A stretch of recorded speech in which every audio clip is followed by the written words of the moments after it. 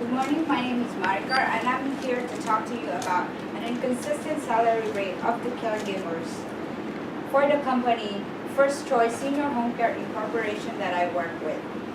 This company is located in Skokie, Illinois. It is managed by 4 owners, and 3 of the owners are actually the case manager for every client. They are the one responsible managing the clients and the caregivers that are assigned to their clients. Unfortunately, because they are the owners, they can decide the hourly and daily rate of the employees that are being assigned to. Currently, for this year, First Choice has a 90 medium employees and with 42 clients monthly. The problem that I want to talk to them about is the inconsistent salary rate of the caregivers that is being given to them for each client. I have put down an actual, but I have to put my name to protect our clients under HIPAA law. We normally charge $250 a day for a live-in case, and since this is a live-in, 2 caregivers are assigned to one particular client. In this data, you see first employee is making $150 a day, while the second employee is making $130 a day. Probably wondering why such a big difference is because, like I stated, it is inconsistent because the case manager will not take their time to look for qualified caregivers that will accept our standard salary. And since caregiver 1 wants $150 rate per day, they'll just give in and give it to them just to close the case and have someone to work for the client. What are the effects of this salary inconsistency to the company? First of all, I handle the payroll, and it is very difficult to keep track on employee salary because of lack of communication. I will find out that employee 1 is making $150, while employee 2 is making $130 after I process the payroll when I receive the call from the employees. Of course, a high salary is equal to a high company's expense. The higher they make, the higher the company compensation and contribution to the federal, to the government. Higher workers' compensation and liability insurance that we have to pay yearly based on the income of every employees that we have.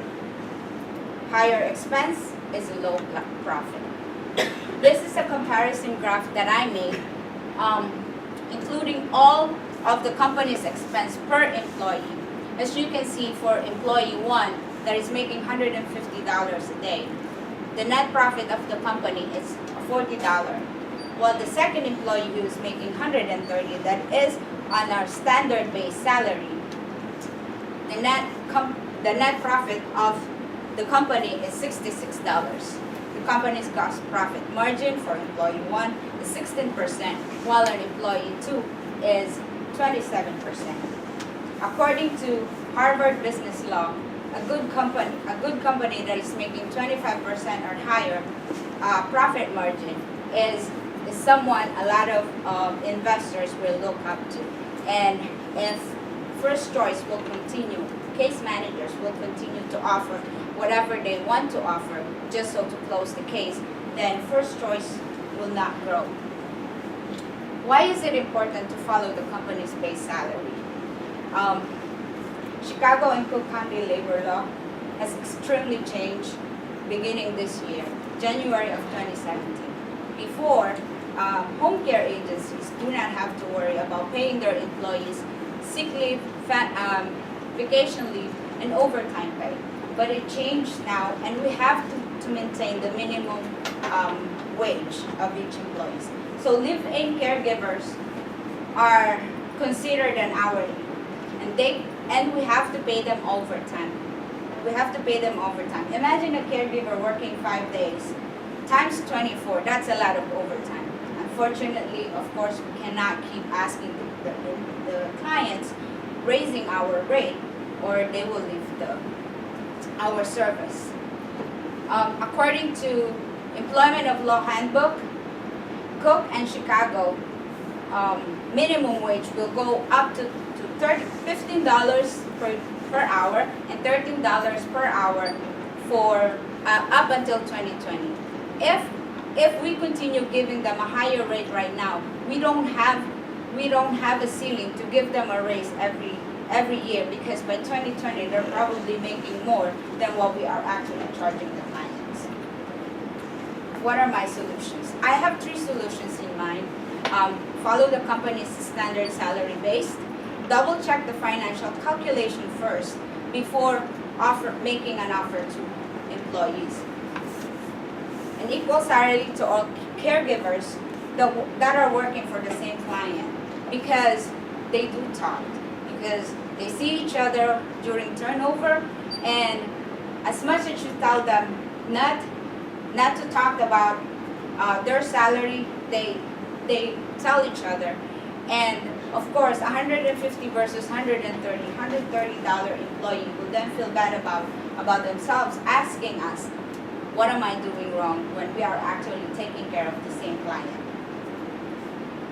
For case managers to spend time looking for caregivers instead of just giving in. Do not let employees to dictate how much they want to get paid. The benefits for the company, of course, growth, profit, more profit, and efficiency in all departments.